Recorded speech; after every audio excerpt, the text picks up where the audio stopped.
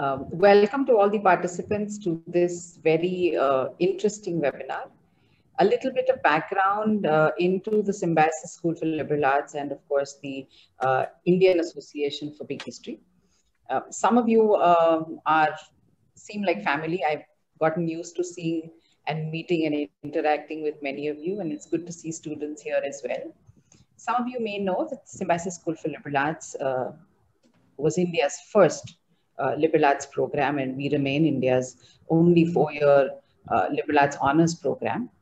What you may not know is that we were the first to introduce big history as a course in our core curriculum. And that's something that I think we owe some of the speakers who are going to speak today. I'm delighted that two of our faculty members are presenting at the webinar. Dr. Priya, who has been associated with liberal arts at Symbiosis since 2006 and has been a friend and guide and mentor in the creation of the program itself. Professor Afshan, who's a younger generation faculty, and I'm very enthused and optimistic about the future when I see faculty like her. She's not only come into the School for Liberal Arts to teach history, but has, I think, taken to it like a duck takes to water, and now actually heads the Indian Association of Big History, which is housed at SSLA. So on behalf of the Indian Association of Big History and the Symbiosis School for Liberal Arts, I'm delighted to be here and to welcome you to this webinar. Let me also tell you that in August, coming August 1st to the 5th, we are very optimistic that we will be able to welcome you to our campus in Pune. Fingers crossed that it's going to be face-to-face, but if not, it will definitely happen virtually. We will host, along with the International Big History Association, the 5th Global Conference. And it's on changing the world, community, science, and engagement with big history. The Symbiosis School for Liberal Arts and the associations for big history have something in common. And I think it's something that all of us as either educators or policymakers or students or just members of society need to be very committed to. And that is trying to understand not only the world that we live in, but what makes most sense to me is the integrated history of life around us, of the cosmos and Earth and life and humanity. And I think this is what big history brings into the lives of all those who engage with it. So welcome once again to this webinar. I'm sure you're going to enjoy the presentations that Dr. Priya and Afshan will make today, which is on climate change. Something that India and the Indian subcontinent have been talking about, working with, but I always feel that policymakers, industry, media, education often are not always on the same page. So academia probably needs to bring more in terms of an understanding. I feel that's slowly coming in, but I'm very excited about the webinar topic today, and I hope you enjoy the presentations. Thank you so much. Thank you indeed. Thank you, Nubur. You're welcome. So today's webinar is technically made possible by JF Auburn University in Tokyo. The next speaker is Auburn Professor Hirofumi Katayama. It's your turn.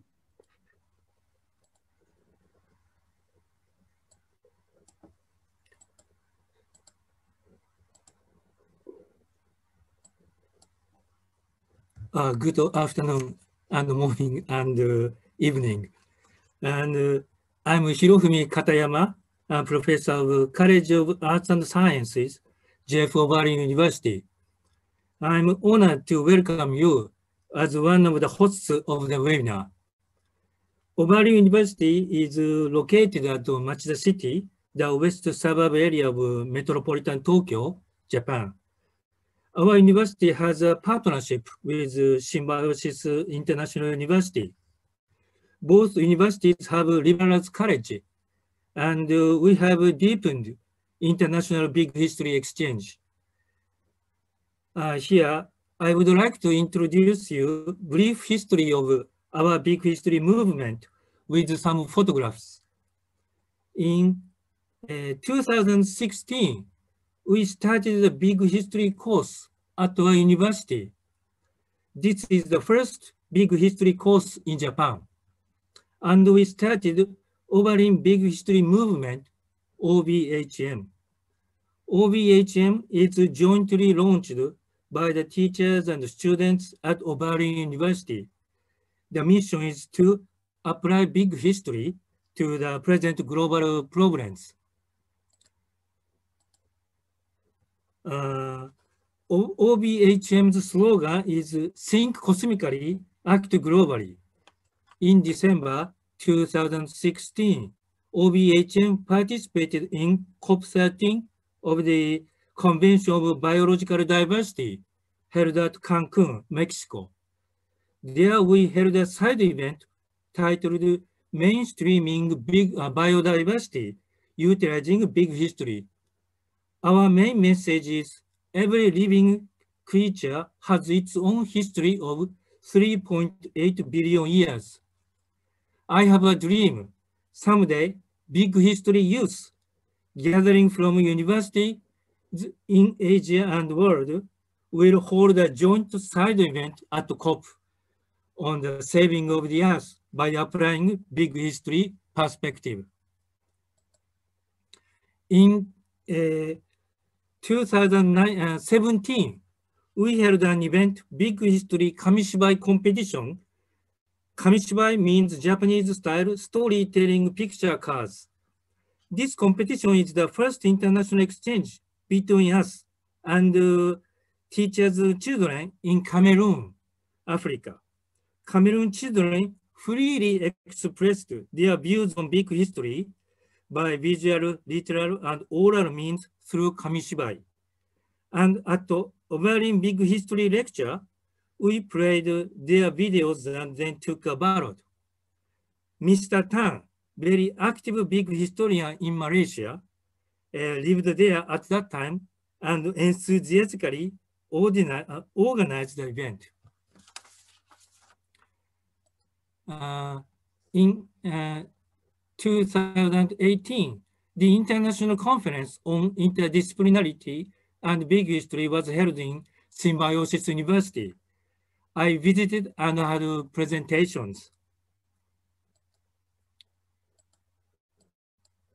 In 2019, we first accepted an intern, Ms. Oishika Neogi, from Symbiosis as a big history internship.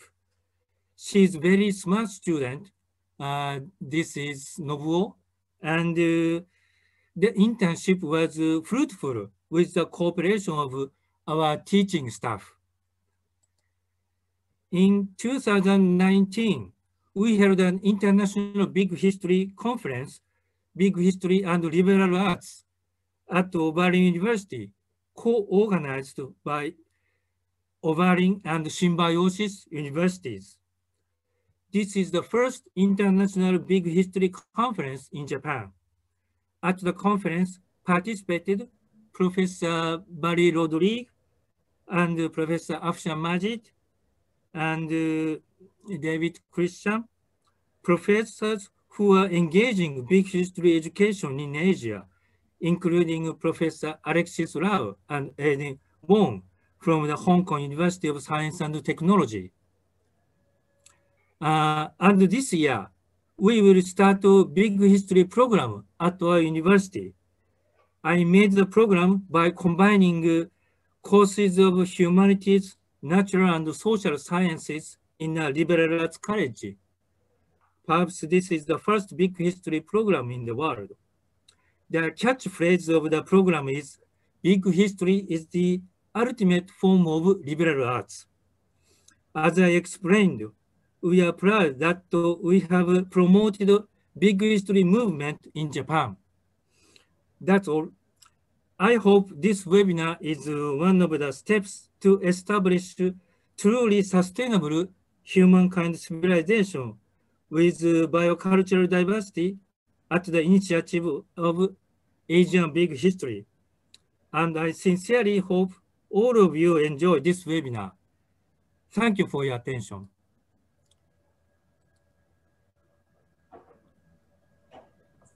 Thank you. So finally, I want to make a brief address on behalf of the Asian Big History Association. First of all, I do appreciate all of you joining this webinar.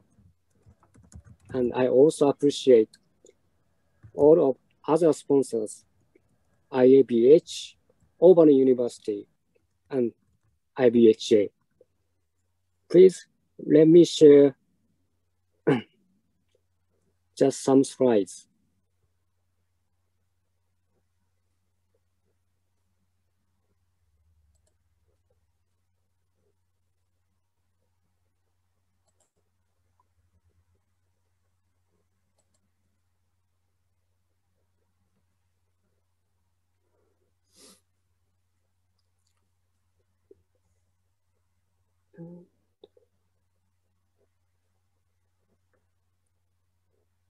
Right. So ABHA formed in 2014. Since then, it has expanded, and now it has members mainly from India, the Philippines, Malaysia, China, Korea, and Japan. We already have a history of collaboration with SSLA, Auburn, and IBHA. In 2018, we co-held a big history conference at SSLA in Pune. In 2019, we co-held a big history symposium at Auburn in Tokyo. Both events greatly succeeded and showed the presence and momentum of the big history movement in Asia. Last year, we could have the first webinar featuring Malaysia, thanks to Professor Shamsuddin and Professor Mokhtar. It became also very successful. So today's webinar is our second joint webinar. At the same time, this is a pre-conference event of the IBHA Global Conference to come in August. So far, all the major conferences of the IBHA were held in the United States or Europe. But this time, for the first time in history, its global conference is to be held in Asia. Thus, this is a historic moment for big historians in Asia. So please get registered and join it. The conference theme is Changing the World, Community, Science, and Engagement with Big History. You can attend this conference at SSLA in Pune, or if it's hard for some of you to visit India, you can attend it online.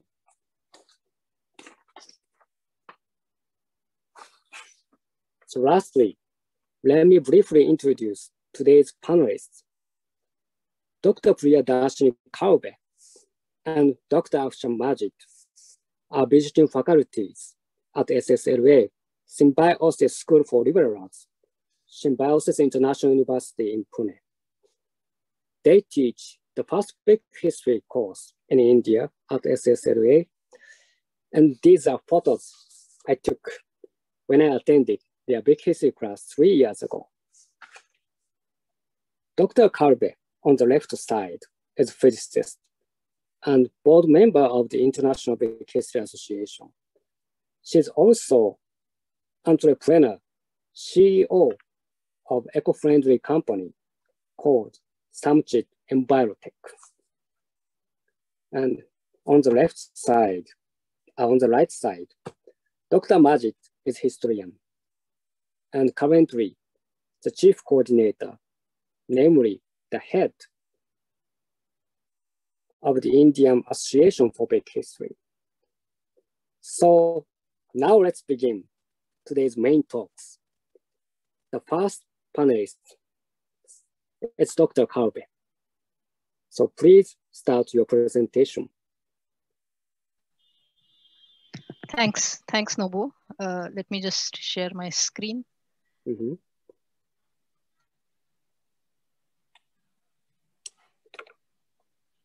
I hope this is visible.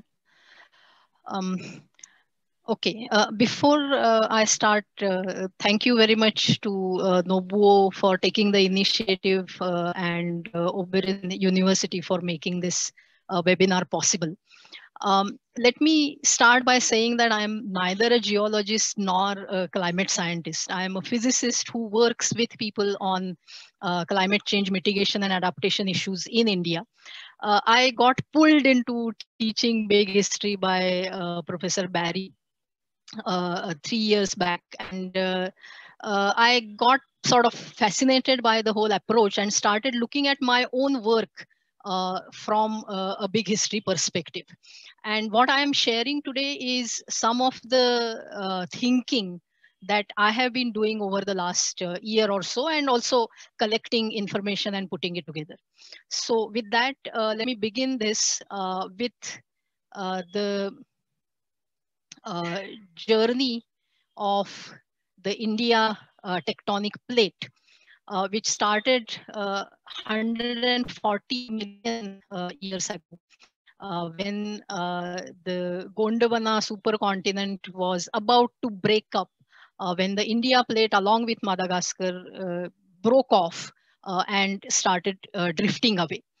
About 70 million years ago, the India plate broke off from Madagascar also and started moving north at a fairly brisk pace of about 20 centimeters per year. This is a tremendous speed for a tectonic plate, and there has been a lot of geological research on how this plate managed to move at such a rate, etc. So interested people can look that up. While the India plate was drifting in the northerly direction, about 60 million years ago, there were a lot of repeated volcanic eruptions in different parts on the plate. And this created along the southwest side what is called as the Deccan Trap or the Sahyadri mountain range. And on the northern side, the Raj Mahal Trap. The Deccan Trap is actually the largest volcanic formation of this type in the world. And the photograph that you see shows the layered structure.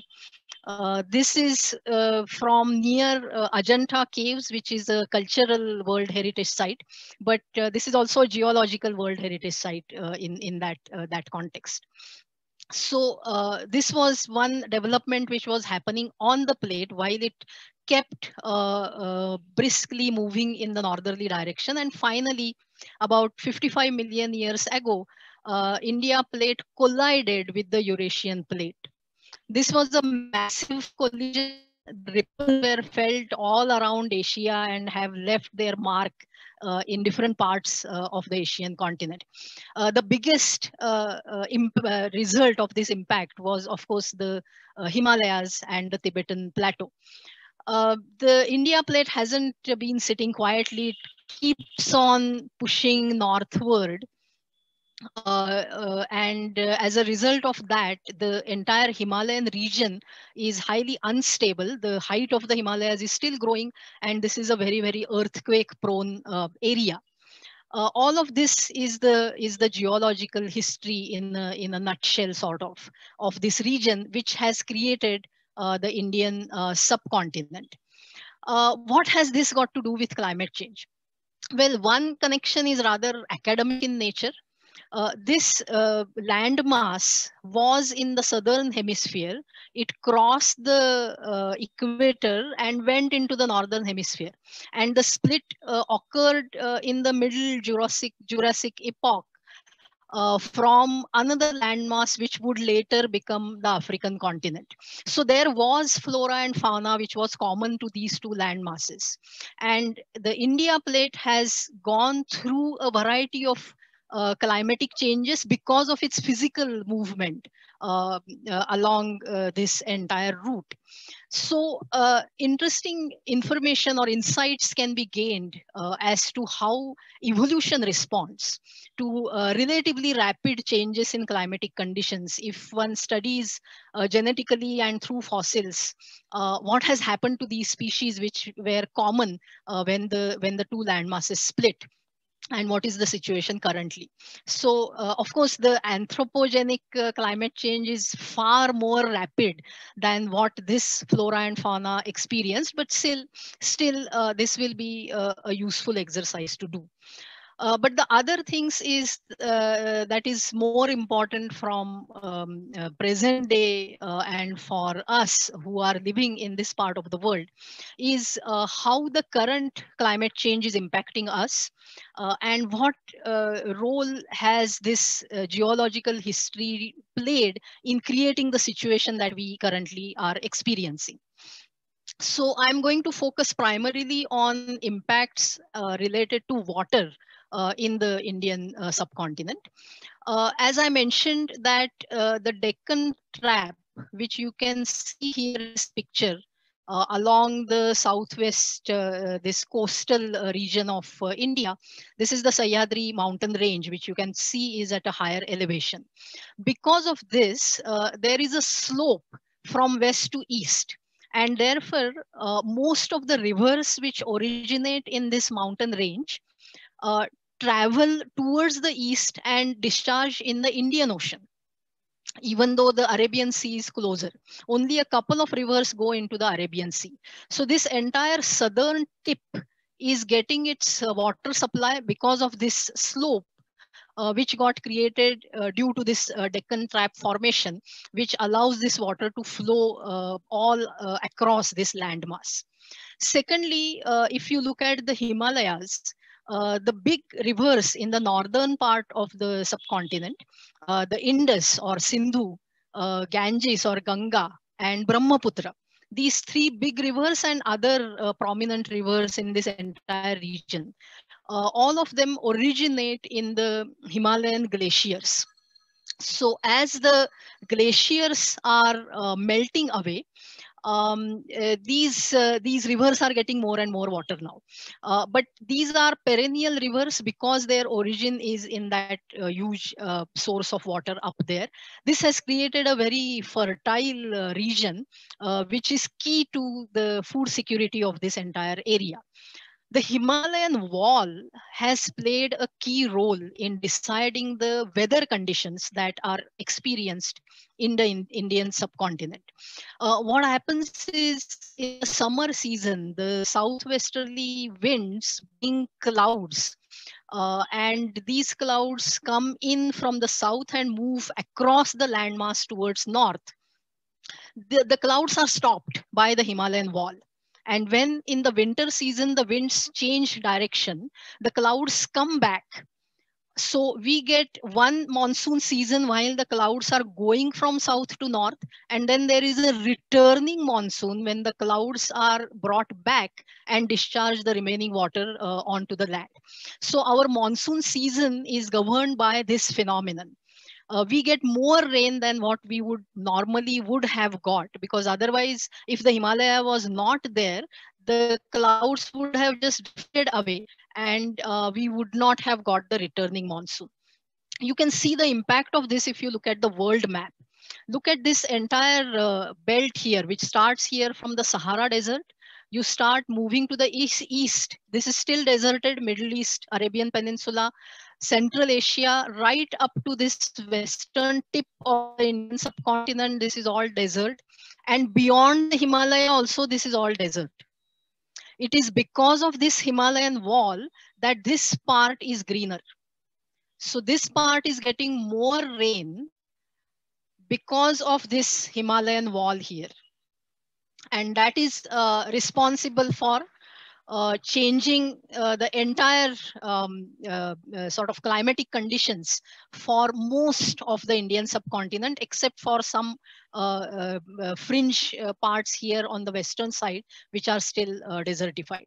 So you can see the role that the Himalayan mountain range is playing in deciding this. The monsoon is a very, very important phenomenon in the entire subcontinent, and the people have realized this for a long time. Here I'm just giving one example from the famous Sanskrit poem Meghdut, or the Cloud Messenger, by Kalidas, which was written in 5 CE.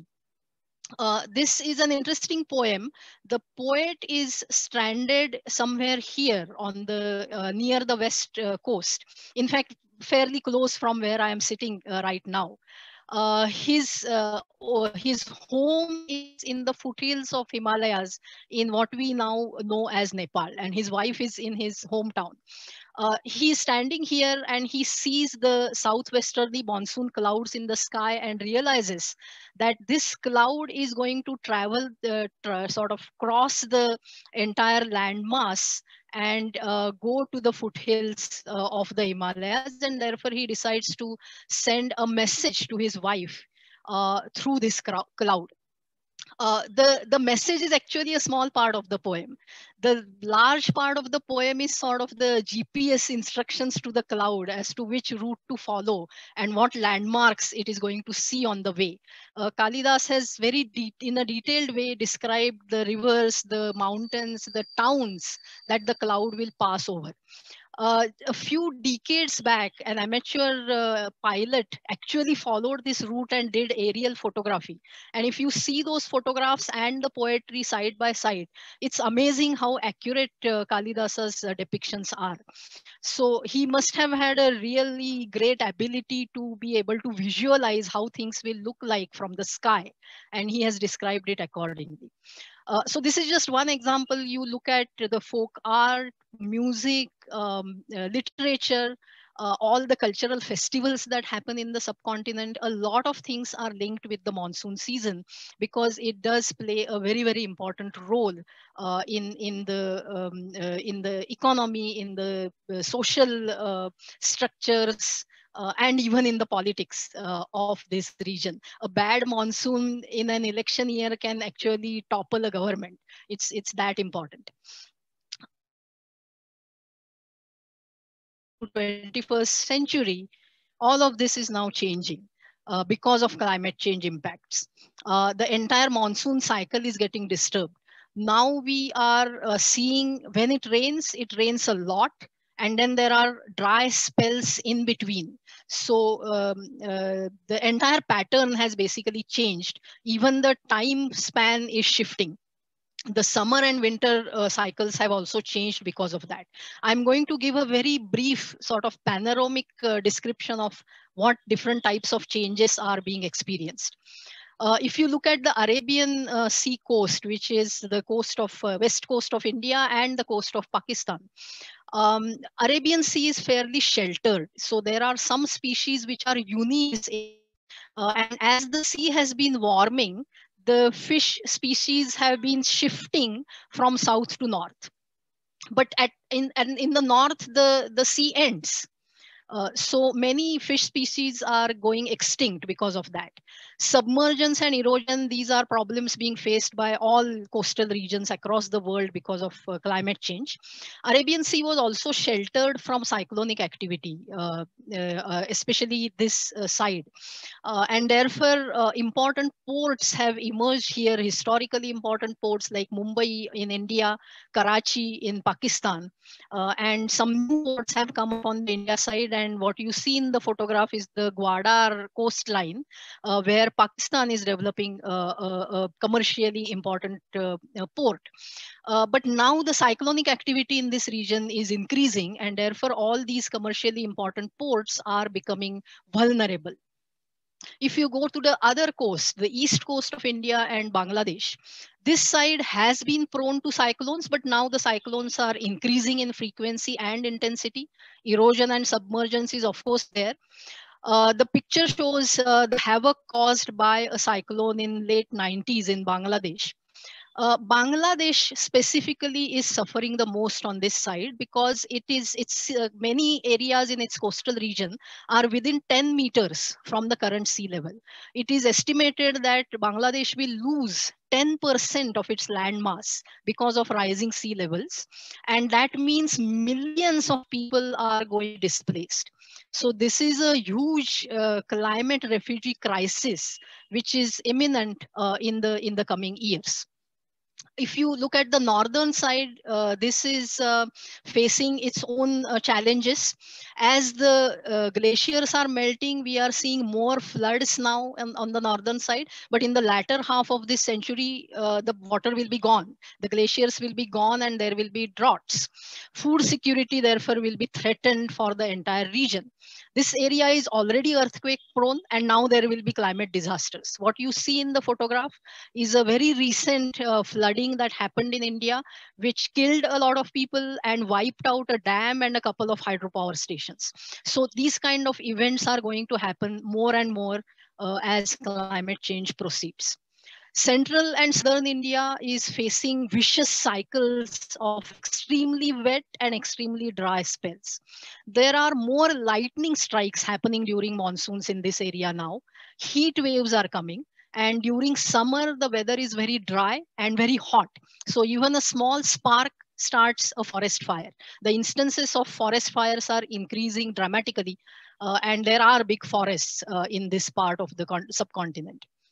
The islands face their own challenge. Sri Lanka and Maldives are countries. Lakshadweep, Andaman, Nicobar are part of India. There will be submergence, land loss, ecosystem damage. Tourism is the mainstay of all islands that is going to be impacted. Maldives is facing a very tragic future. It is just within 3 meters from the current sea level, and therefore it is believed that by the end of this century, Maldives will be gone. It will be totally submerged underwater, and that is because of the global warming that has already happened. So it is sort of unavoidable now. It is hard to save Maldives now. So, but this again creates another potential case of climate refugees roaming in this area. So you can see that, estimates show that about 80 to 90% population in the Indian subcontinent is going to be directly impacted by climate change. And this is a very populous region. So this is, it's undeniable that the region faces extreme climate vulnerability. Population density is high, land mass is shrinking, water availability is going uncertain, climate refugee crisis is going to be huge in this entire area. And it's not really a highly politically stable region. There are border disputes going on. So there is a bit of a political volatility here. So this is the kind of a situation that we are facing. In each country, these discussions are happening. Everybody realizes that urgently adaptation to the changes is needed. Climate proofing from disasters is needed. There has to be some soul searching on developmental choices. What is not being talked about, however, and I feel that this is what needs to be talked about, is a regional response.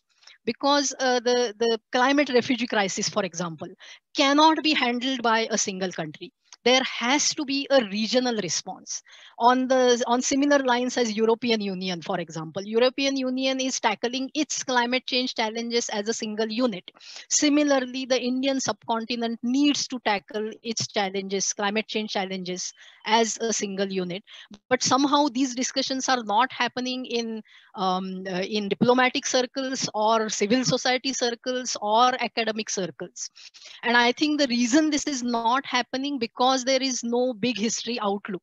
I also started thinking along these lines only when I encountered big history. So the big question, of course, is can a regional response emerge given the political realities of the region? I believe that it is possible because political responses come based on what people want.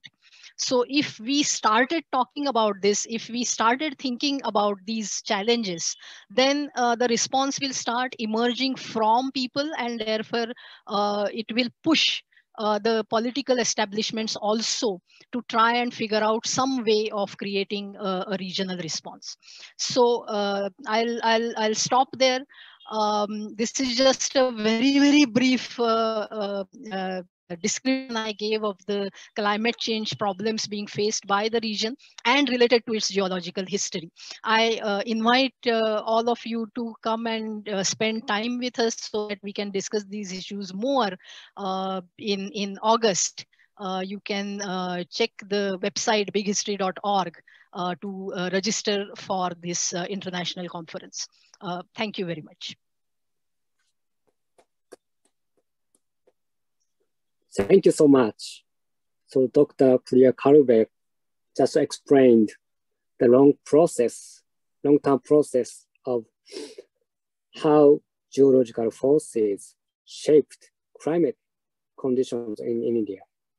And she also mentioned the climate change problems we now face.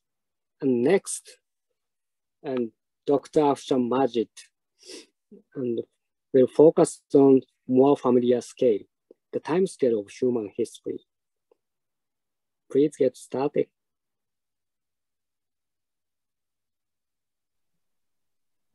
Thank you, Nobu. And thank you, Priya. That was very illuminating.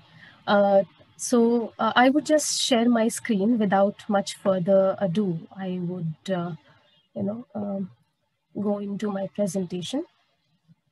Just let me know when you can see my screen.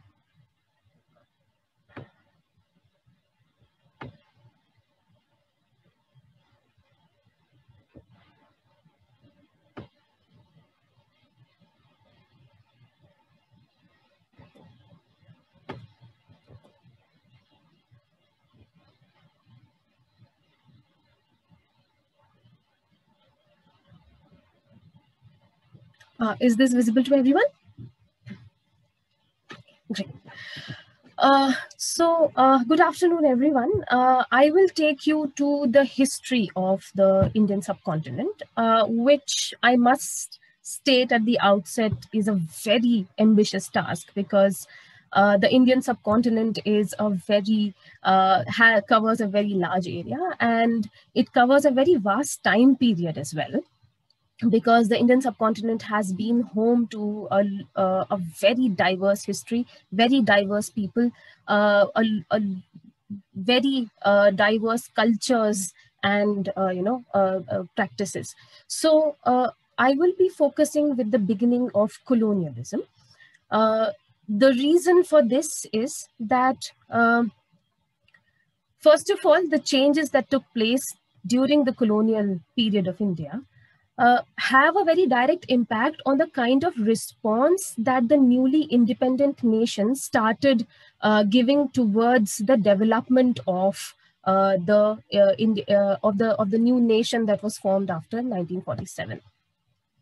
And secondly, there have been a lot of conquerors and adventurers who came to India, and human interaction with the environment began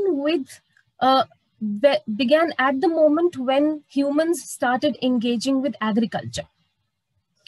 But we see that during the colonial period, the engagement with Indian environment, the environment and the ecology of the Indian subcontinent becomes very systematic. It becomes very intense, and the kind of exploitation of the ecology that happens during the colonial period has a very deep impact on the ecology of independent India. So the British East India Company, started with the Indian subcontinent. It was the British East India Company that came to India in 17th century. It started trading with India in 17th century.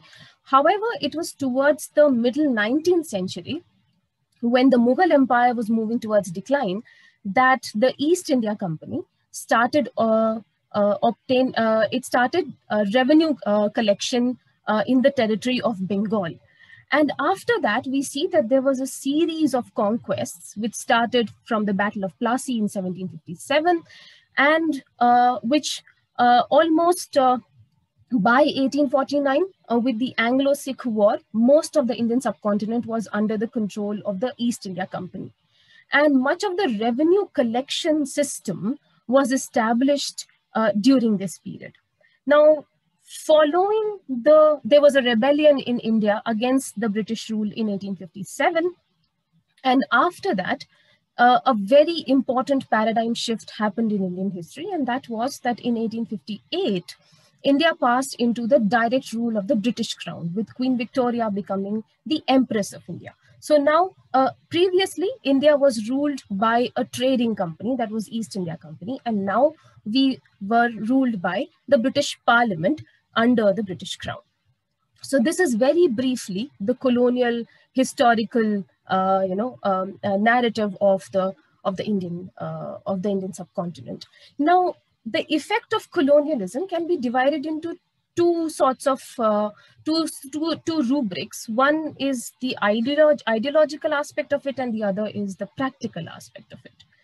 The ideological impact of colonialism on ecology, it begins with the colonial discourse of bringing civilization to the uncivilized and the wild colonies. And since we are talking specifically of the ecology here, it began, it extended towards the forest and the socio-political systems. The forest and the ecology of India was also brought under the same rubric of being a wild territory, which needs to be civilized by the civilizing colonial power. There was also a lack of understanding of the social and cultural systems, because as I said, that Indian history and Indian cultural systems are very diverse, and there was a lack of understanding of the entirety of the Indian social and cultural systems.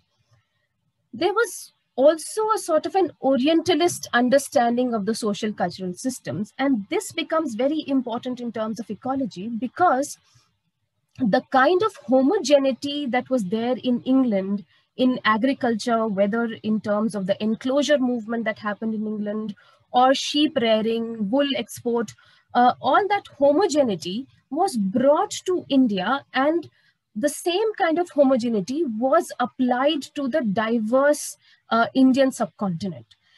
We can call it an Orientalist reading, because as Edward Said says, that within Orientalism, it is the Orient which is defined by the Occident on its own terms. So the Indian ecology was also seen in with the same lenses as the Indian culture and Indian history was being looked at by the colonial power.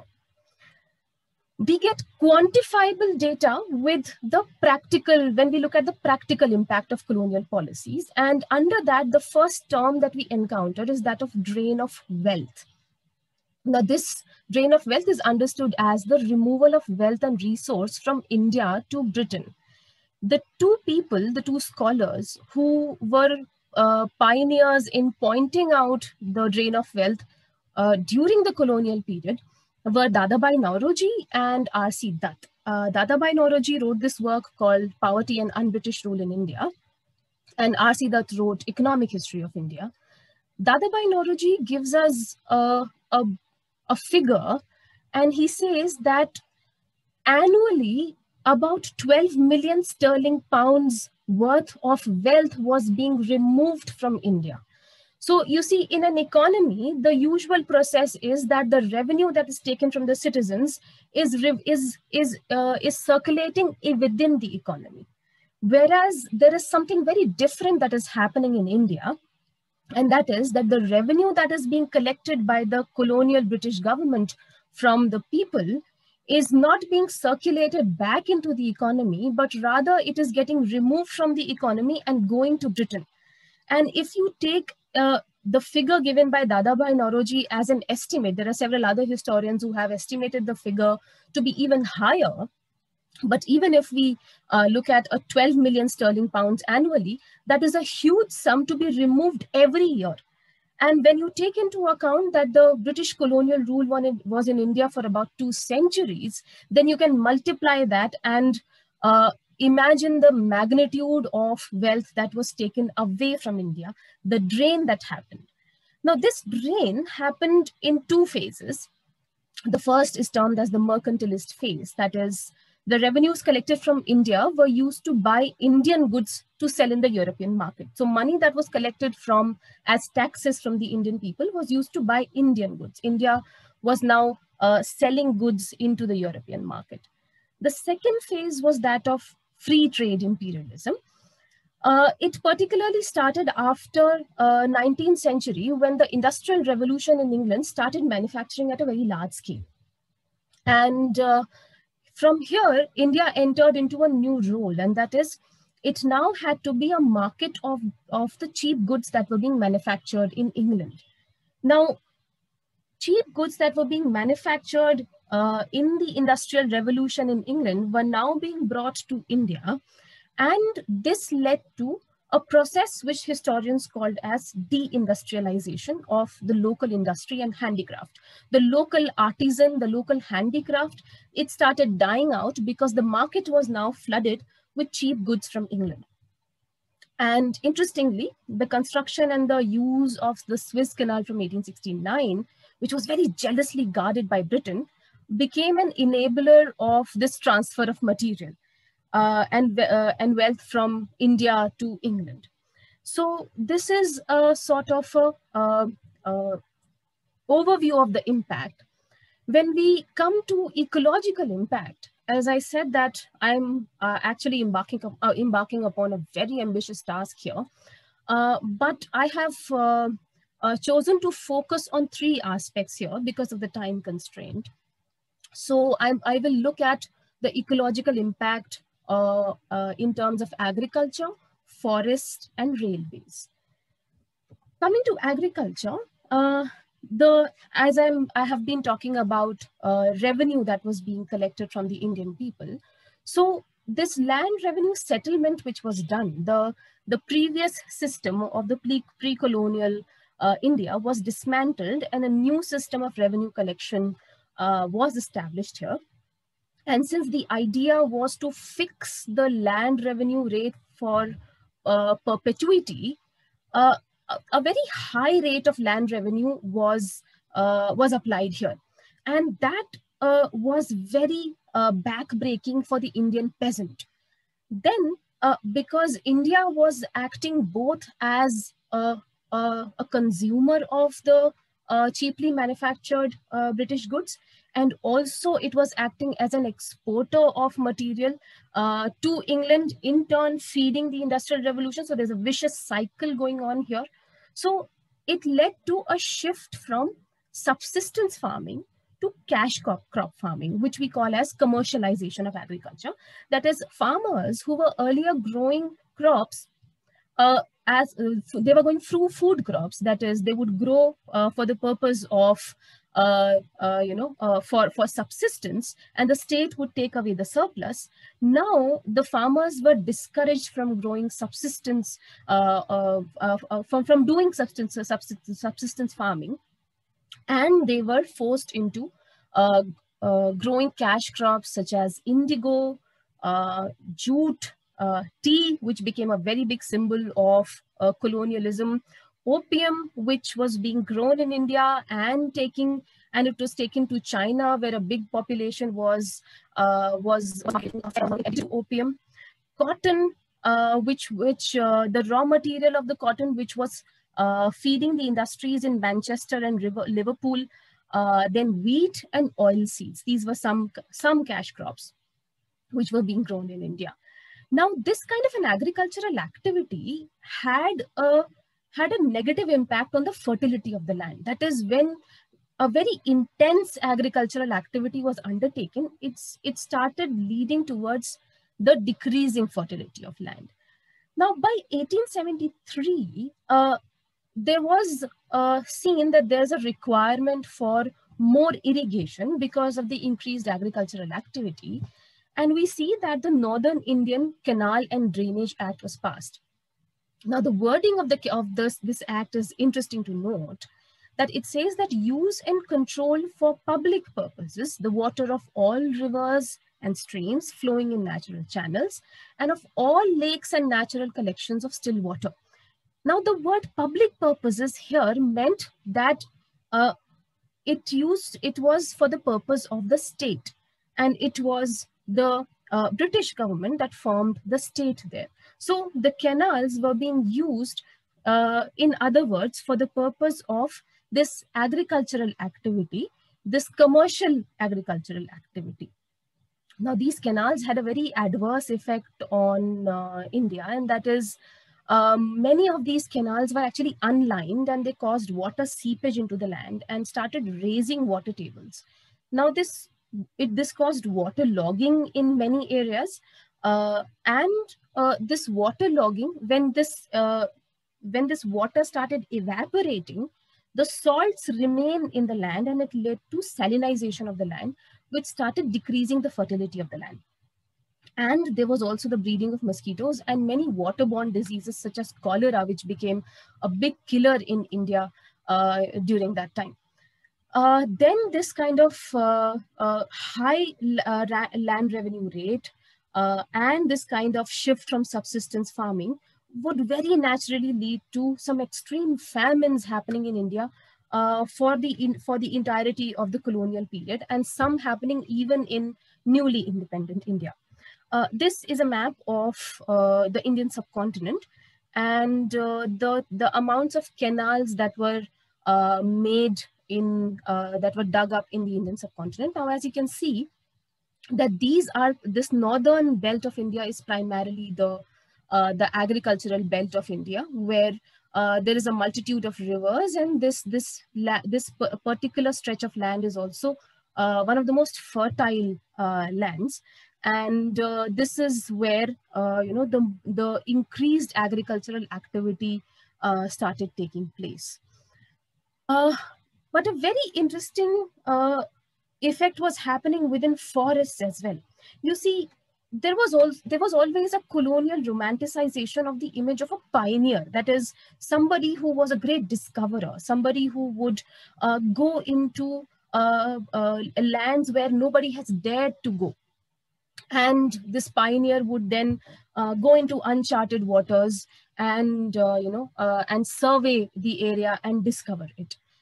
Combined to this was the myth of the virgin forest, which was interestingly not just used for India, but for many other colonies. For example, for North and South America, when they were colonized by Portugal and Spain, the myth of virgin forest was also used there. Now, this is a myth because obviously both, whether we talk of North and South America or we talk of India, there had been an interaction with the forest ever since people had been living either in the peripheries of forest or within forests as well.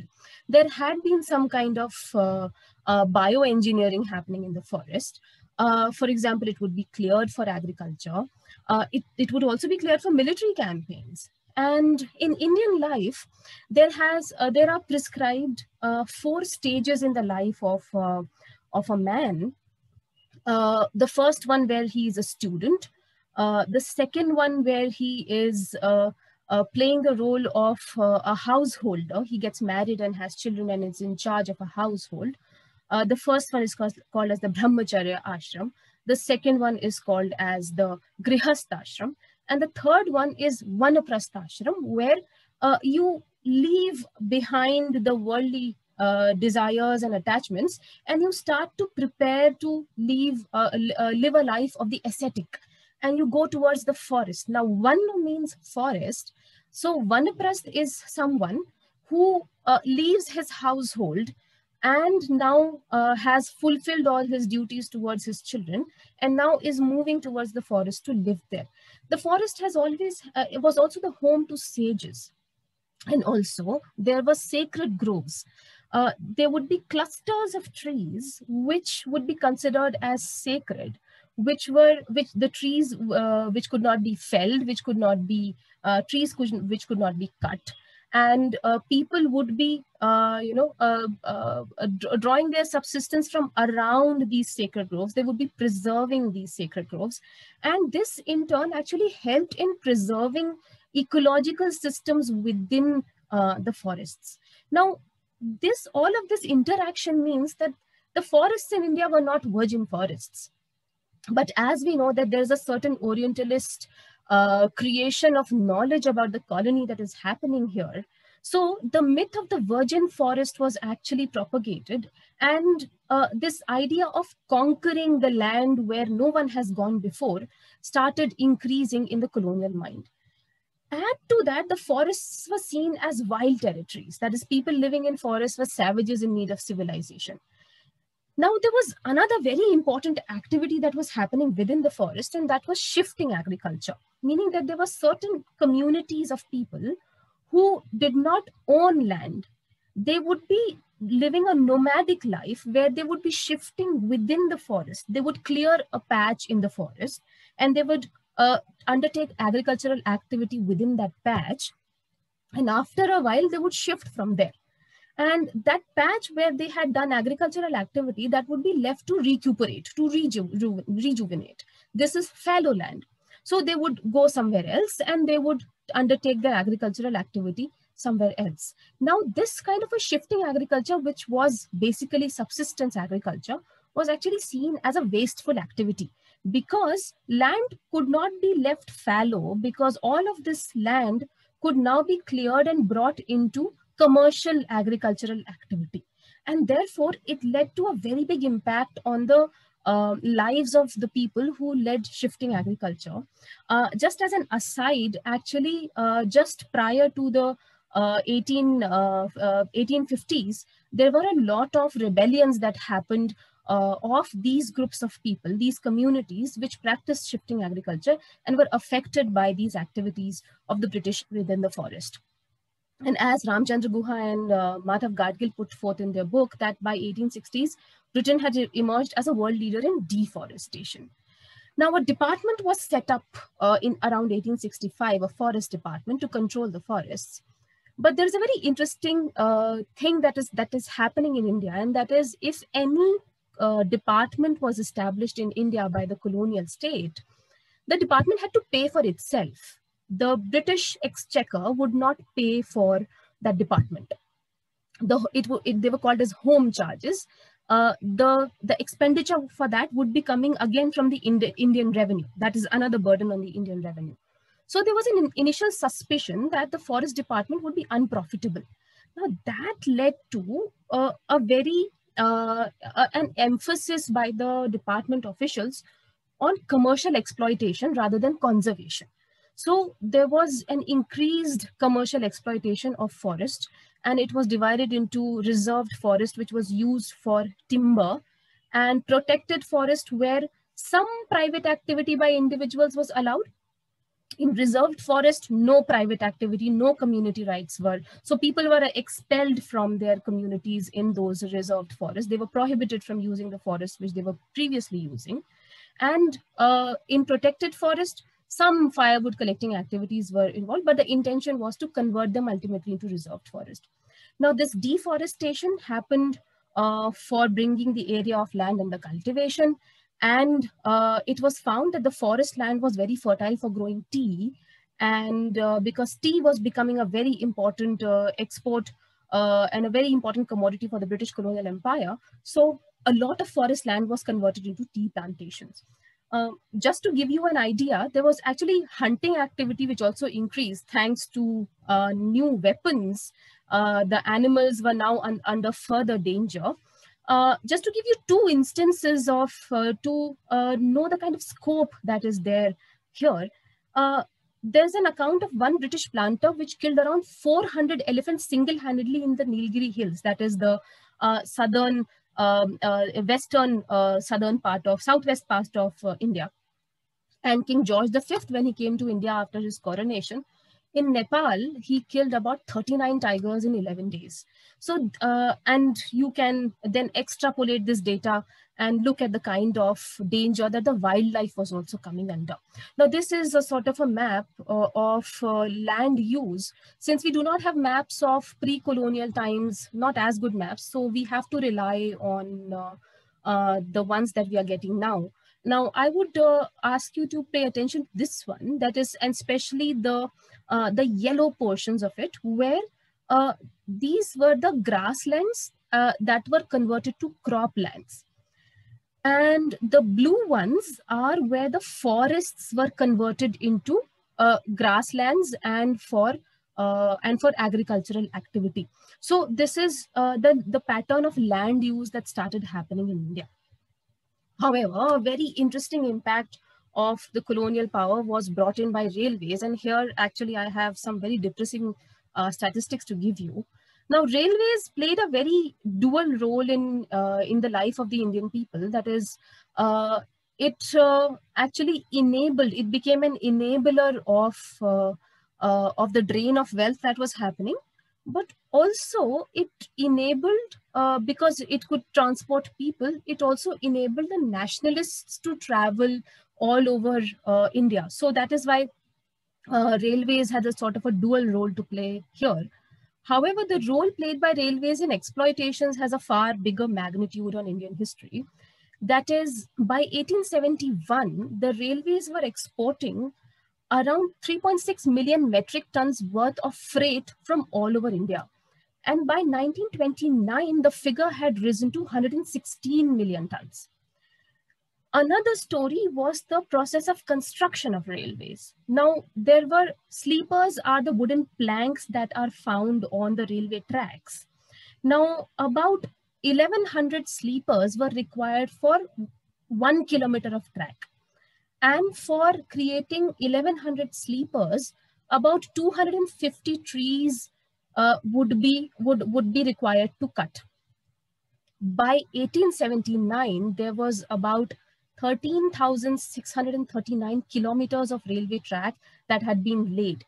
Now, if you multiply this, the figure, the approximate figure that you get is that by 1879, starting from 1871, by 1879, around 3.4 million trees had been cut. Then this was not just the only story, because wood has a tendency to break and rot. So therefore, those sleepers needed to be maintained after every few years or so. And for maintenance, there is a figure that approximately another 2 million trees were required to maintain the railway tracks. Then before coal being used as a fuel for the steam engine to run the railways, wood was also used, and about 50 tons of wood would be burnt for each kilometer of track. And this is the map of the railway network that was built in India by the 1930s. So looking at this extent of the Indian subcontinent and this network of railways that were that were built around the Indian subcontinent, you can imagine the kind of deforestation that happened in India by the forest department and for the construction of railways. So this is an interesting part, that railways were brought to India as a symbol of civilization, but every cost, be it the cost of environment or the cost of by money, every cost was actually paid for by the Indian subcontinent. Now moving towards independence, this is a modern map of the Indian of the country of India. 15th August 1947 was the date when India achieved independence from the British colonial rule, and it was divided into East Pakistan and West Pakistan. So the current country of Pakistan was the West Pakistan of that time. And this is Bangladesh, which was called as East Pakistan at that point of time. The East Pakistan separated from West Pakistan. It became Bangladesh on 16 December 1971. So this is how the Indian subcontinent was partitioned. Independence came to India at the cost of partition. Now, when we look at the kind of, and I have highlighted only a few arenas of the economic plunder and drain that happened in India during the colonial times. So when you look at that kind of a picture emerging out of colonial India, it is, you can imagine what kind of a situation the newly independent state was facing. It was reeling under economic plunder, under the drain of wealth, and the ecological damage was also standing at a very high magnitude. Because of the decreased fertility of land, India was facing a food crisis. Deindustrialization, as I mentioned, the damage of local industry by industrial revolution. So therefore, as India got independent, the newly elected government of India went for 5-year plans. That is, so it would formulate a plan for 5 years, and there would be targets that the government would need to achieve for the next 5 years. So that kind of a program, the Planning Commission in India embarked upon. And we see that if we take a survey of the most of the 5-year plans up till the 1980s, particularly, that is just before the liberalization of Indian economy in the 1990s, the programs were mostly leaning towards industrialization, establishment of heavy industry, fighting food security, because most of the food that Indian people were eating at that point of time was being exported. That was a big cost to the economy at that point of time, which was already impoverished. And there was a construction of dams for hydroelectricity, for water storage and use in agriculture. Now, all of these issues had their own respective ecological damages that happened, which I will not go into right now. Then by 1970s, Green Revolution happened, which introduced high yield varieties of crops to India. Again, it came with food security, but with its own set of problems. Contemporary India, because of we have an increasing population. There's a danger of food crisis in the future. The carbon emissions made by India started making a climate change impact around the 21st century. The international scenario is that India is currently the 3rd largest emitter of the greenhouse gases, but we are facing a domestic challenge as well. And that is, India is among the countries that are most vulnerable to climate change impact. Because of the coastline of India, and because of there's a danger of the submerging of those coastlines, and there are people, that is the common people and people without any political agency. They are the ones who are at are most vulnerable right now. So a response is needed for that. Under the Paris Agreement, India has commitments to reduce its carbon emissions. The Paris Agreement would go into implementation by 2021. We are just 2 months into 2021. So it raises more of an anticipation here rather than having answers. We have more of anticipation that what will be the steps that would be taken under the Paris government. There is one thing that is positive here, that is the Ministry of Environment, Forest and Climate Change has created a sort of an interdisciplinary, interdepartmental body to address the issue of meeting the targets of the Paris Agreement. However, there is one thing that we need to really take into account, and that is that we need to move very consciously towards zero fossil fuel use in accordance with the Paris Agreement. And probably then we will be able to meet the requirements of the Paris Agreement. This is the last map that I want to show you. This is the amount of land that has come under cultivation. It has increased since the colonial times, and this is the decreasing forest cover of India. As you can see that the green is decreasing further. So this is another area, increasing the forest cover, where we need to pay attention. Thank you. So I'll just stop here. So thank you. Thank you indeed, Drs. Karlberg and Mazet. Karlberg focused on the geological timescale, while Mazet focused on the human social timescale. And they also showed climate issues we face today. Now we grasp the outline of how natural and human forces shaped climate in India and learned today's climate problems.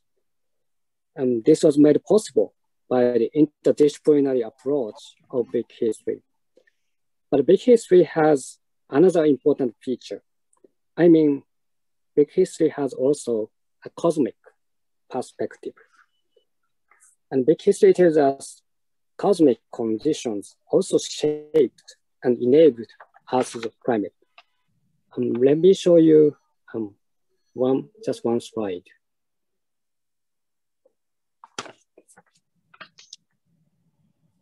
So to expand our sites and to activate our discussions, I want to mention two things. The one is cosmoclimatology. So cosmoclimatology is relatively new field that researches how cosmic weather or cosmic rays affects global climate. And as Priya explained, India is protected by the Himalaya wall. Our planet is protected by the two magnetic fields, the magnetic field of the sun and that of the earth. So there are cycles when the solar activity is active and not so active. When solar activity is decreased, the solar magnetic field weakens, and that leads to the increase of cosmic rays reaching us. And that leads to increase of aerosols, and that's a sheet of clouds. And it causes increase of clouds. And it finally could cause global cooling.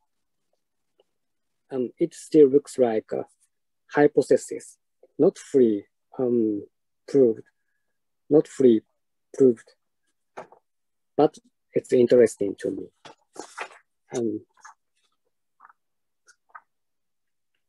The second is the position in the cosmos. As we are now so careful to keep social distance, there's also right distance in the cosmos too.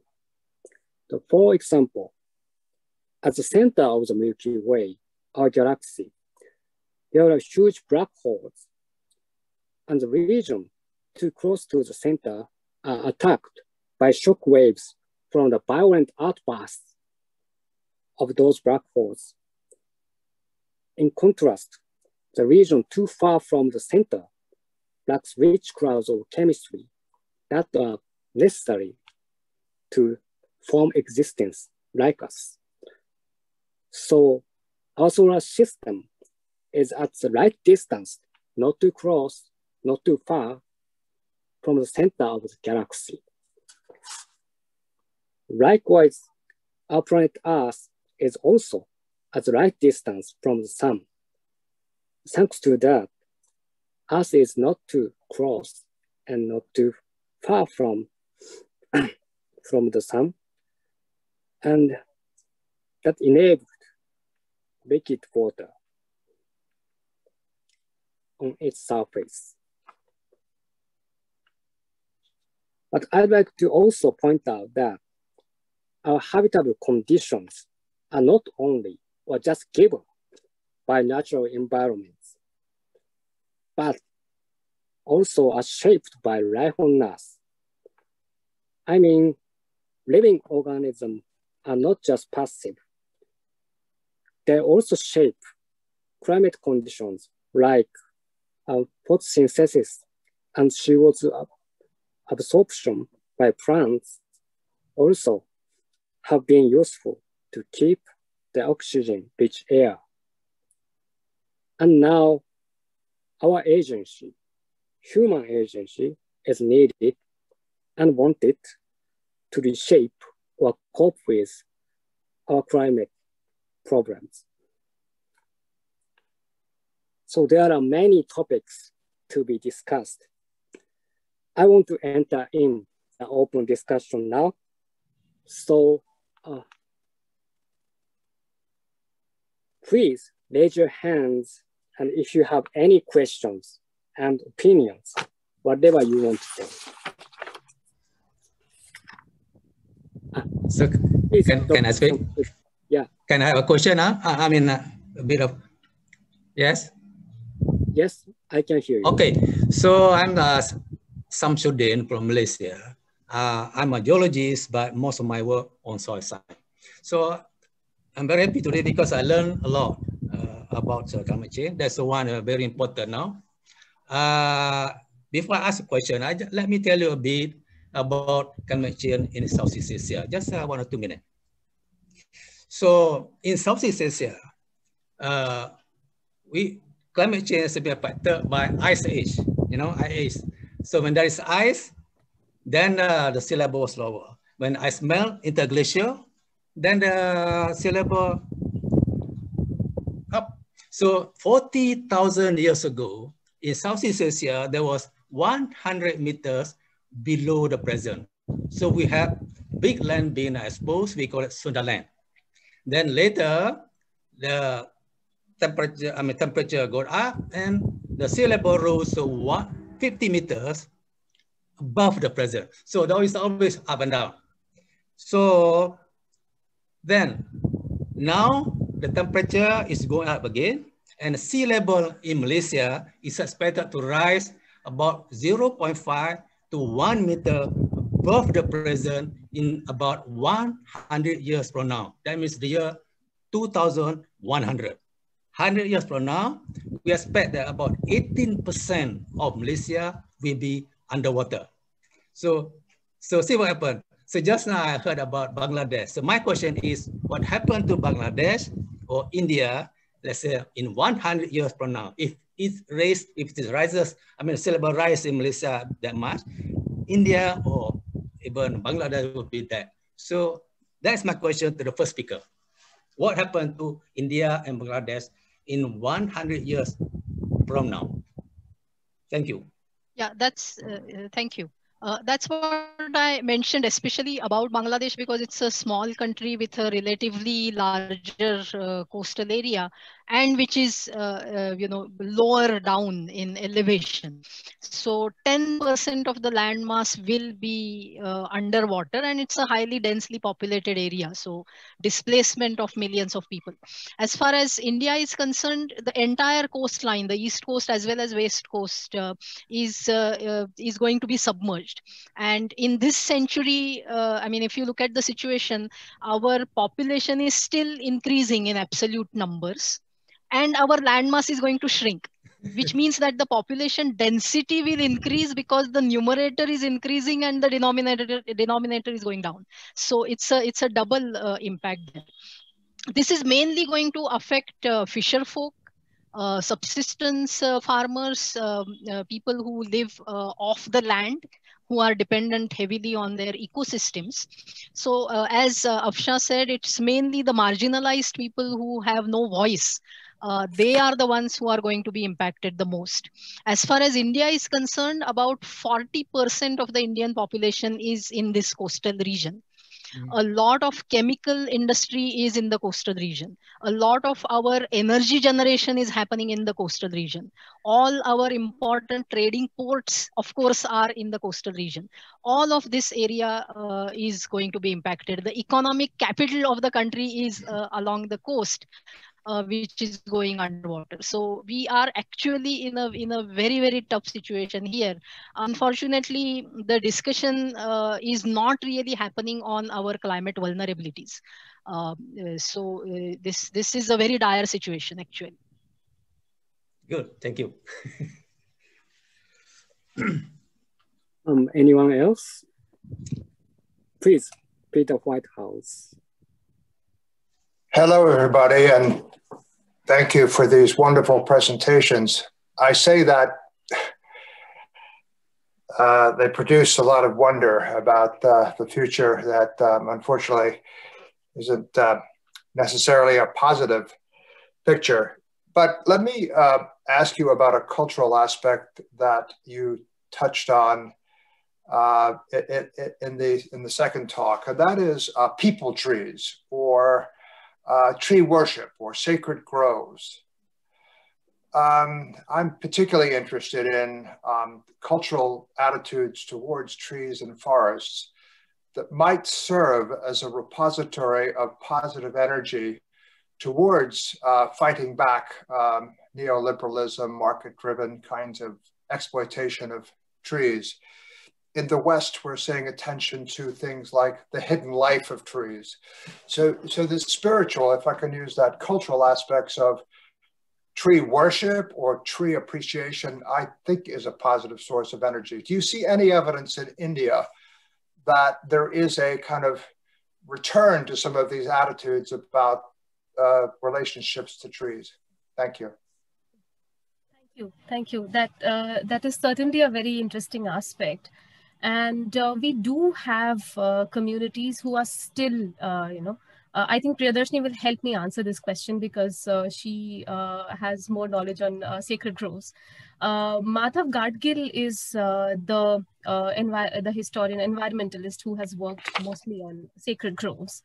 And there are still certain communities in India which have designated forest areas as sacred groves.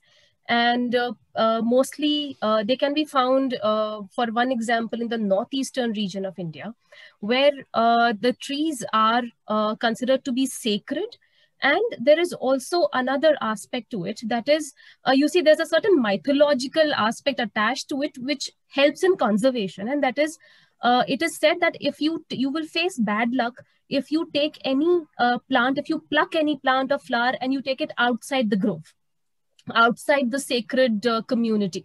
So it is a sort of a myth that comes around the plants, but it helps in preserving the flora and fauna of that region. So that is very interesting. And there is another movement related to it, which I could not sadly talk about because of time constraint.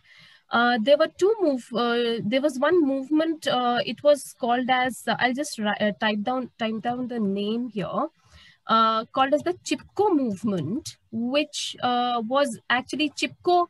Chipko literally translates as you hug, you stick to it, you hug the tree. So when the trees were being felled in the northern Himalayan region of India, there was this movement that came up under this leader Sundarlal Bahuguna, where women particularly would go and hug the tree and prevent it from, they would act as body shields for the tree. So that was another aspect of protecting the trees from getting deforested. And I think Priya might have something to add on sacred groves. Well, I have a slightly different take on this. It is true that a lot of forest areas did get some protection for a long time because they were considered sacred, but I don't think that is a very sustainable way of ensuring protection of forest. It would be more important if people understood the ecosystem service that a forest is providing and therefore protect it. Because as education spreads, as development spreads, the whole idea of sacredness disappears, and then this is not going to sustain protection of the forest cover. It's only the scientific understanding which will be more useful in protecting large tracts of forest. That's what I feel.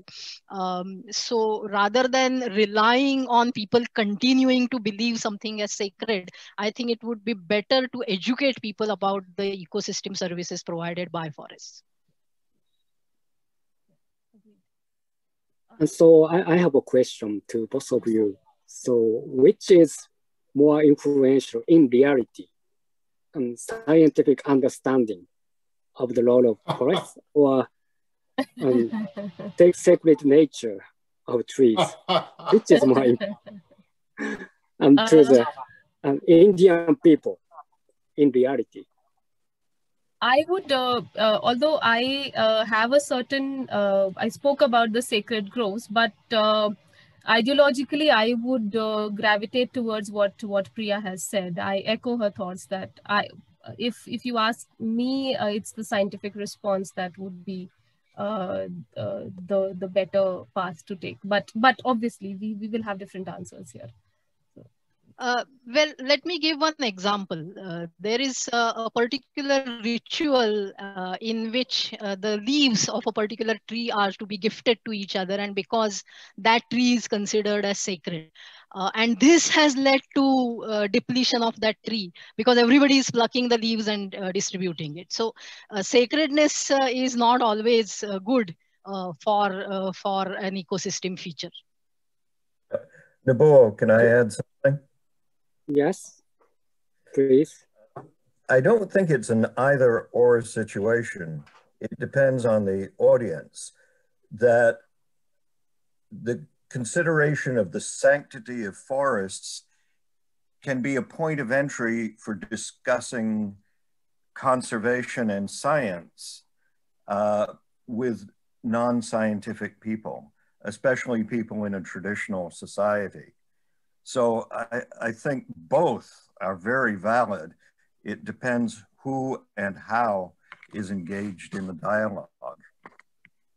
And Carla has a good point of view with the experience of rakshis and trees in Bihar. Orla, you can add?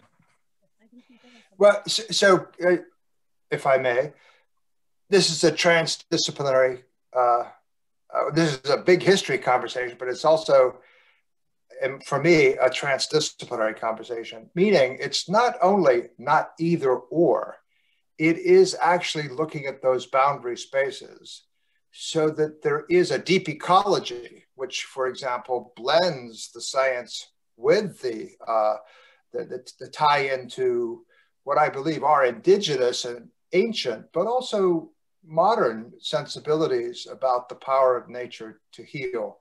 So I apologize for jumping in to build on Barry's comments, but I do think that this is a space for creativity where science and culture really need to work together.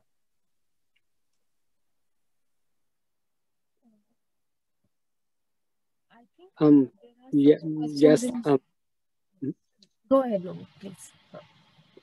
Yes, it is common issues to some degrees in many parts of the world.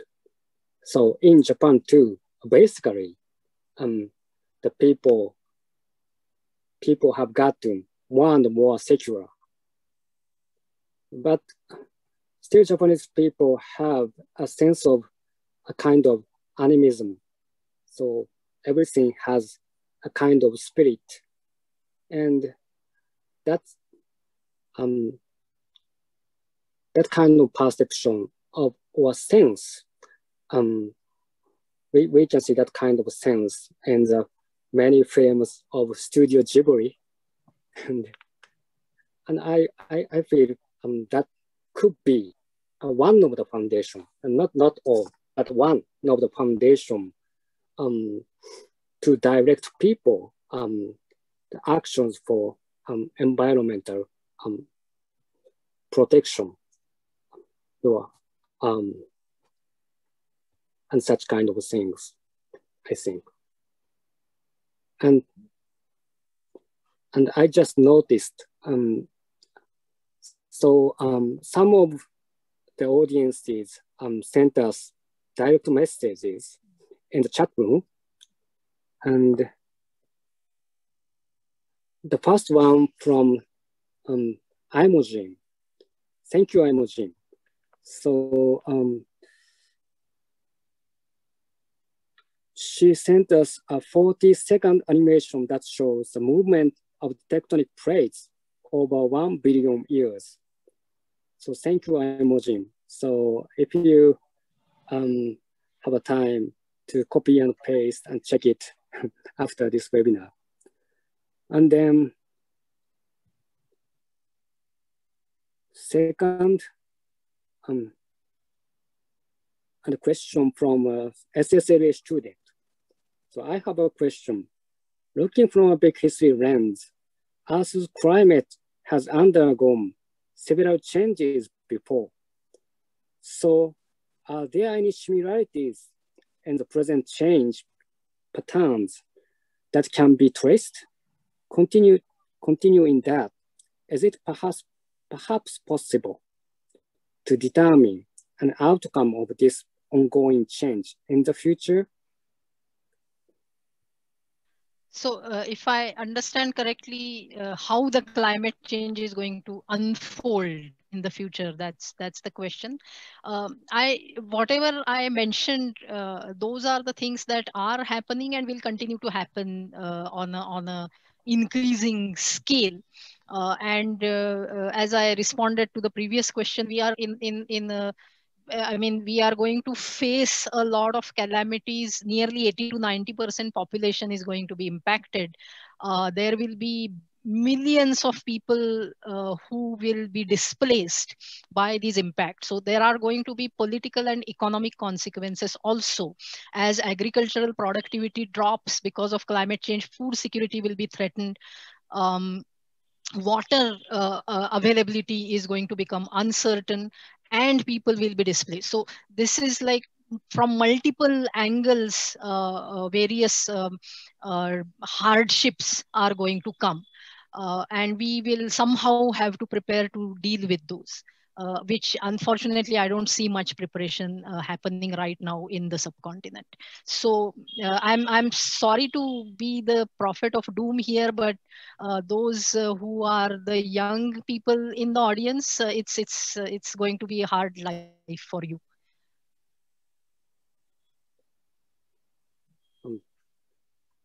Thank you. And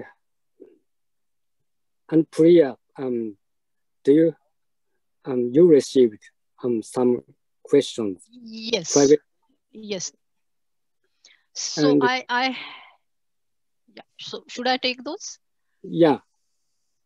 Okay. Could you introduce those questions and answer them?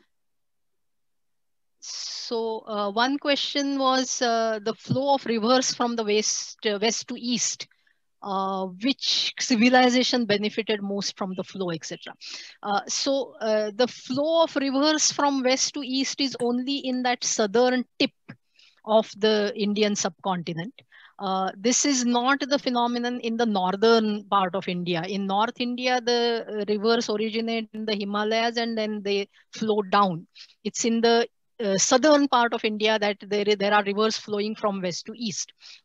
These rivers and coupled with the monsoon season has allowed rain-fed farming in this area in historic times. Millets, which do not require much water, were the main crops being grown here. It's the British who built all the canal network and started irrigated farming and shifted farmers to the cash crops, which Afsha had mentioned. And that changed the entire agricultural scene in southern India. Southern India, there is not really that much of a civilizational conflict. All of that has happened mostly on the northern side. So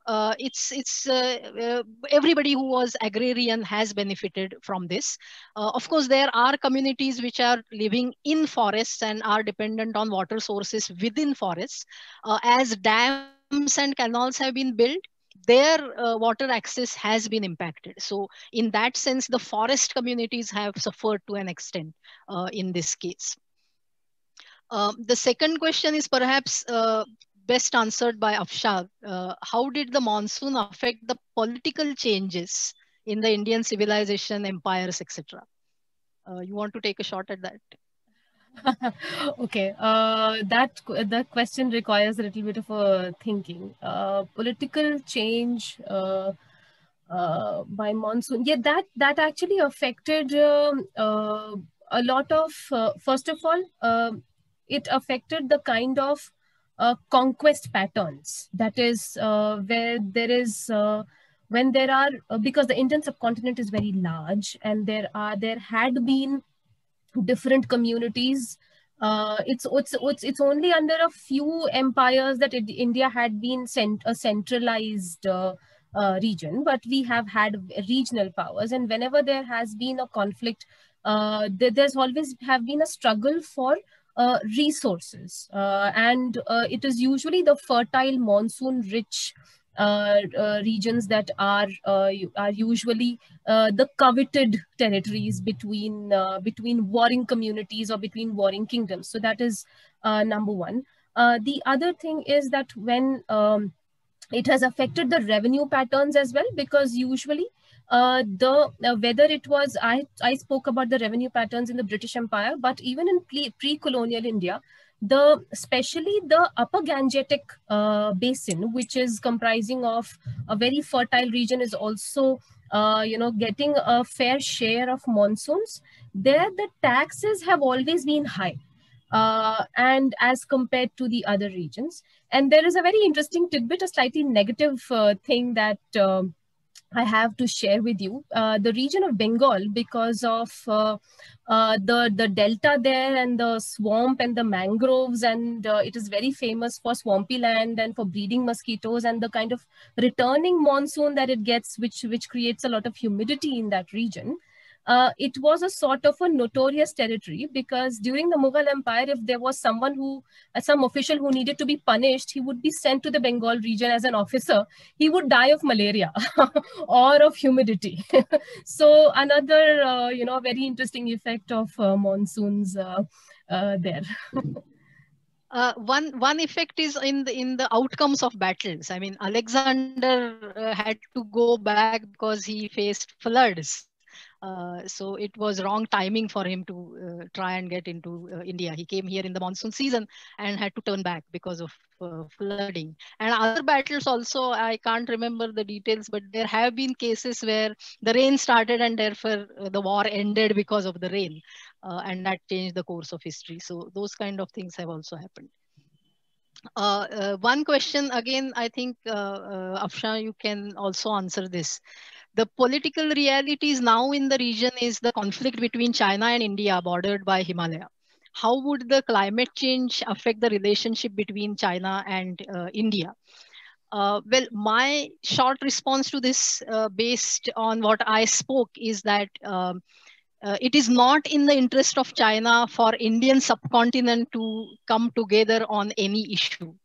And that will always be one challenge that the countries in the subcontinent will face if they try to come together and try to create a common response to climate change impact. So this is going to be another new dimension that will come in an already conflicted relationship. On a lighter note, geologically, India and China have been in conflict for millions of years. So because of the India plate ramming against China. So that is not going to end very soon in any case. You want to add anything, Afshan? Actually, I agree with you. And it's also the matter of future foreign policy of both the nations that the situation actually depends upon.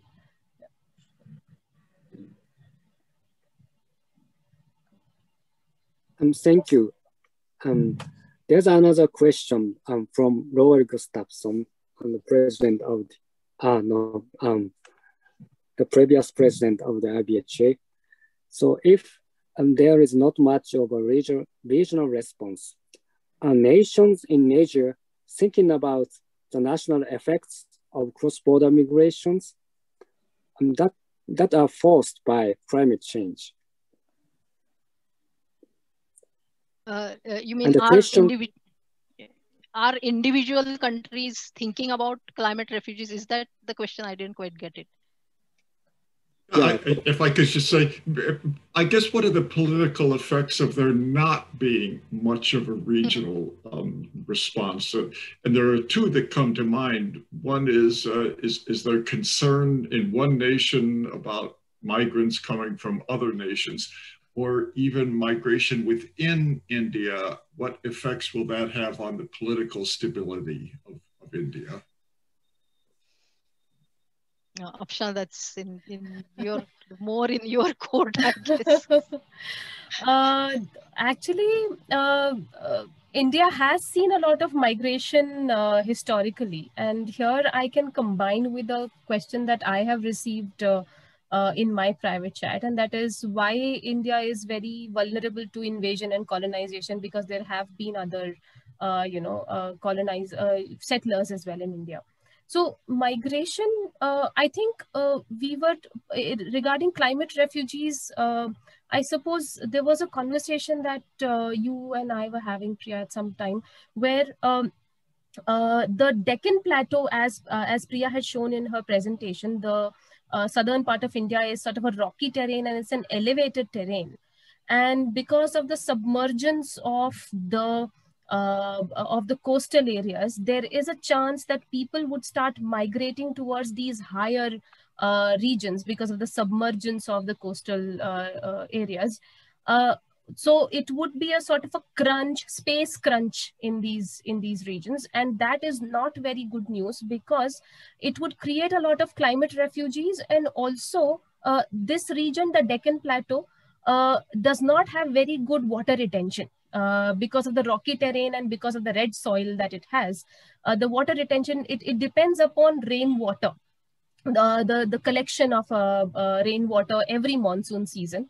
So this kind of a crowding of climate refugees that might happen in this particular region because of the submerging of the coastal regions might create a very dire situation in the Deccan Plateau region of India. That is what might happen in future. Somebody is saying something? Okay. Priya, do you have anything to add to this? Yeah, well, within India also, I mean, as you are pointing out, there are going to be issues. Refugees coming across the border is an additional dimension to that, and that is going to be very, very complicated. Already we see some conflicts happening because of migration across the border coming into India. If the numbers start increasing, and the kind of migrant crisis that Europe faced a few years back, the same kind of a situation will happen in the Indian subcontinent, multiplied by several times because the numbers would be really large. So, I mean, that's what I see happening, and I don't really see a way out from that conflict. Yeah, well, may I add something, Nabul? Yes. That even though there is no evidence of things moving ahead for resolving the issue, if we have 200 million people moving from the coast region up onto the Deccan Plateau, change will happen. Whether we like it or not, change will happen. It is a question of whether we, at the grassroots, begin the change ourselves now. That will ameliorate the situation and hopefully will set up a paradigm for a humanitarian approach to the climate refugees. And what is happening in India is happening everywhere around the world. So this is not a micro study of India. This is a study of the globe. Yeah, I totally agree with you, Barry, and that's why I said that the importance of big history outlook in this region particularly is vital because of this region. Because once you start looking at things from this perspective, then only you start anticipating these problems and also start seeing possible solutions. And that is why big history education has to be the foundation for all education in the Indian subcontinent, at least. That's what I feel. Apsha, you want to add anything and maybe talk about our course also in this context? Sure. I have certain questions with me. Let me just very quickly address them because they've been there for a long time. So I have two questions from the same person.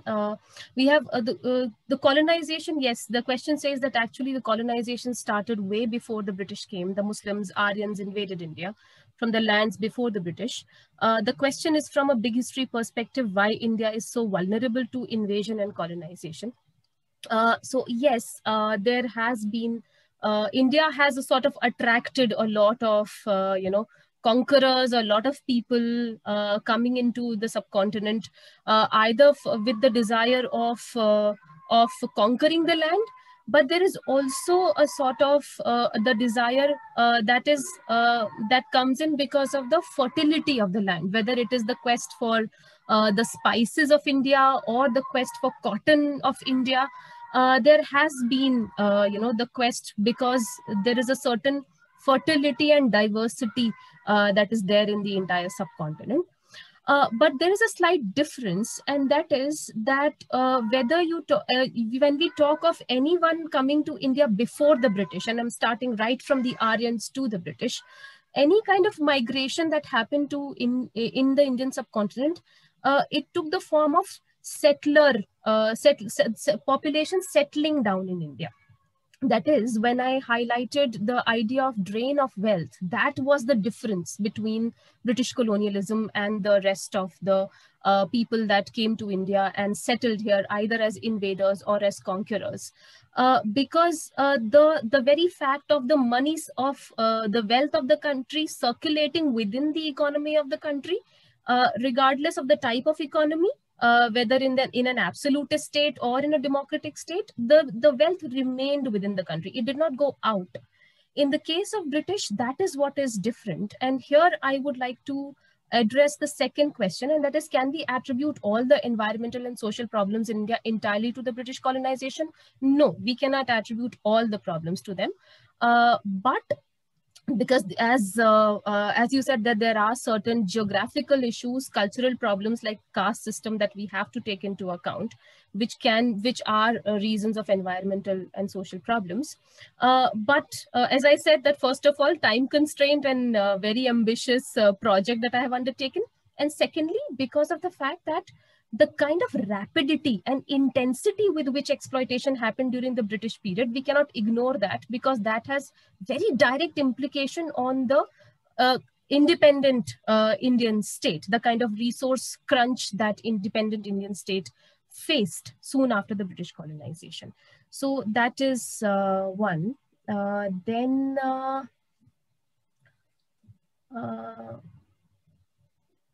Yes, I think... Yes, I think I have I'm done with the questions that I have received in the private chat. So as Priya said, that we need to bring into the conversation a big history curriculum, whether at school level or at college level. And we have a lot of institutions, people who have joined us today. Many of them are pioneering, whether globally or particularly in Asia, and a pedagogy based on big history. But we need to further that dialogue. And as Anita ma'am said, that SSLA was the first liberal arts college in India, and it was also the pioneer in imbibing a big history discipline as a core course. So a core course is something which is studied by the entire batch. So it is not a course which students take up as an elective, but rather it is taught to everyone. So the big history course that is being taught at SSLA, the title of that course is Humanity and Big History, Our Challenge for Survival. So the course is, it begins from Big Bang, that is, it starts from such an antiquated timeline. It starts from Big Bang, and but the idea of starting from Big Bang is to look at humans as cosmic citizens. Why? Because now we are moving into space. And we are now, just recently another rover has, landed on Mars, Perseverance. And we are now, looking for signs, in the space as well. So, and we are making changes space and well. There is a lot of space garbage as well, which we are leaving in space, and a lot of impact that we are making in space. So we need to think cosmically now.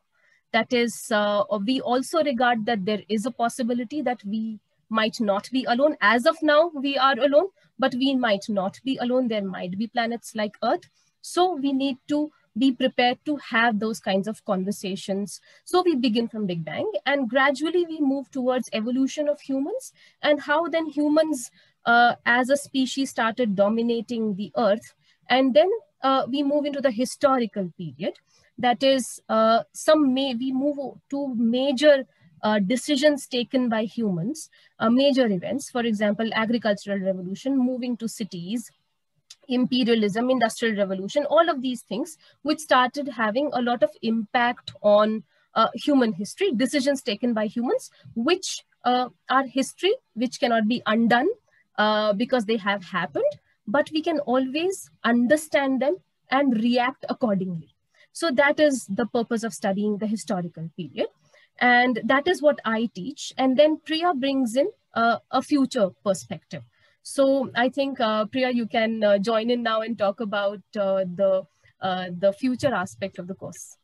Yeah, well, I scare people the way I did today, talking about all the bad things that are likely to happen. But how we can avoid those by knowing what is the worst case scenario, by learning from the history how we can meet the challenges of the future. And as Apsha said, in case we are going to become an intergalactic civilization, we are going to be a part of a cosmic intelligent species consortium. How are we going to deal with that? So those are the kind of issues that we discuss towards the end of the course. So it is taking the canvas of the big history, but from the human perspective, because we feel that right now it's a very challenging time for us as a species, and therefore we need to talk about human survival in this cosmic context. So that's how we have been evolving this course. And as I have been saying, and Apsha also agreed with me, we need more such courses happening across this region. We do bring in the Indian perspective in all of this because we are talking to mostly Indian audience in our classrooms. But short courses, certificate courses, school level courses, college level courses, electives, core courses of various types, based on the big history canvas, looking at all of these challenges from different perspectives is what we feel need to grow everywhere. And since we were the first ones to go through this learning phase ourselves, we can help anyone who might be interested in interested in doing this in their own setting. So I think that would be one of the roles that the Indian Association for Big Histories Big History would like to play going ahead in future. And it's all on Apsha because she's heading it. So you can get in touch with her if you're interested. Please do. I'd be happy to. So nice discussions and arguments. I have a question to you, Barry. Is there any panels on climate change at the August conference?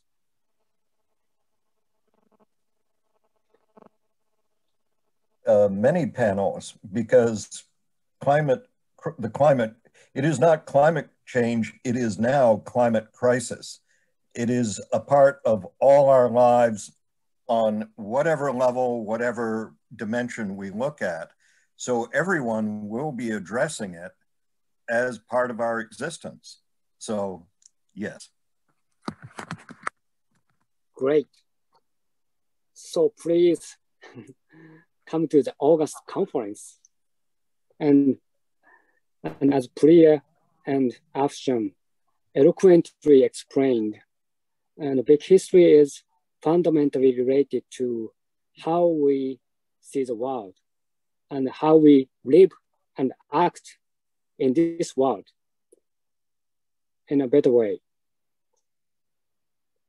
And I think so there are things we can